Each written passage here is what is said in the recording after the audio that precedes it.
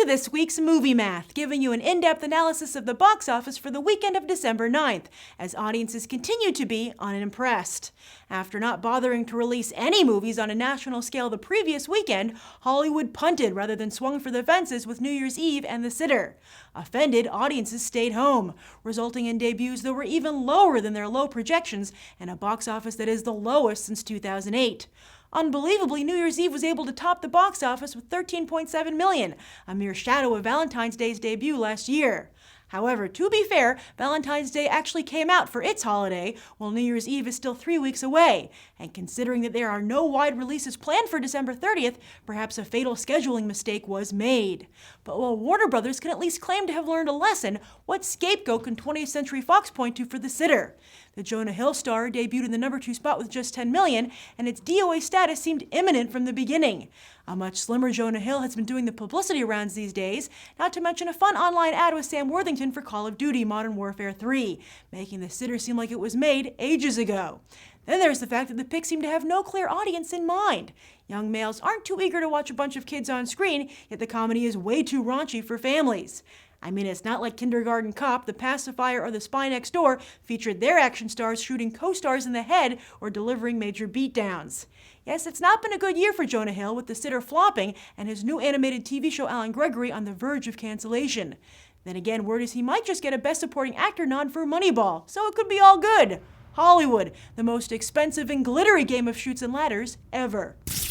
As for the rest of the box office, Twilight Breaking Dawn Part 1 fell another 52% in its fourth weekend. While that still makes for a very impressive domestic total of $259 million so far, it now seems unlikely that this installment will be able to match New Moon's worldwide total or even eclipses.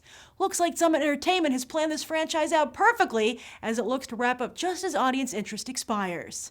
Meanwhile, The Muppets has not held up well and is unlikely to top 100 million stateside, news that certainly won't help it when it rolls out overseas.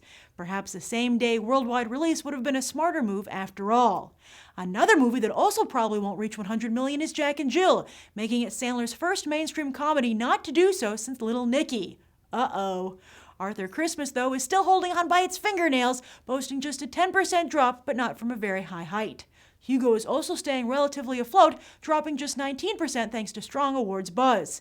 In fact, as I recently posted on Facebook, Hugo has the best 3D in a movie I've ever seen. In the limited release market, both Tinker, Tailor Soldier Spy, and Young Adult made impressive bows, while We Need to Talk About Kevin opened in just one theater to qualify for the 2012 awards season. The movie might not be on the mainstream radar, but it's picking up serious traction with all the right people. However, My Week with Marilyn, Shame, and A Dangerous Method all dropped, a bad sign for movies still playing in just a handful of theaters. Only The Artist posted a gain as it added 10 theaters for a total of 16. As for this coming weekend, the box office is set to explode as both Sherlock Holmes 2 and Alvin and the Chipmunks 3 hit theaters. Both are on track to post impressive and much-needed numbers, but the real story of the upcoming weekend might well be Mission Impossible Ghost Protocol. The fourth installment is set to open on 400 IMAX theaters before going wide on December 21st, with a few of those IMAX theaters also playing a 6-minute preview of The Dark Knight Rises. We'll have to see what kind of impact that will have on MI4's box office numbers, and if maybe the movie doesn't need much help after all. And that's the weekend box office roundup. I'm Grace Randolph, and we just did some movie math. As always, thanks for watching, and I hope you'll go beyond the trailer for these other top movies, as well as check out my brand new comic book news channel, Think About the Ink.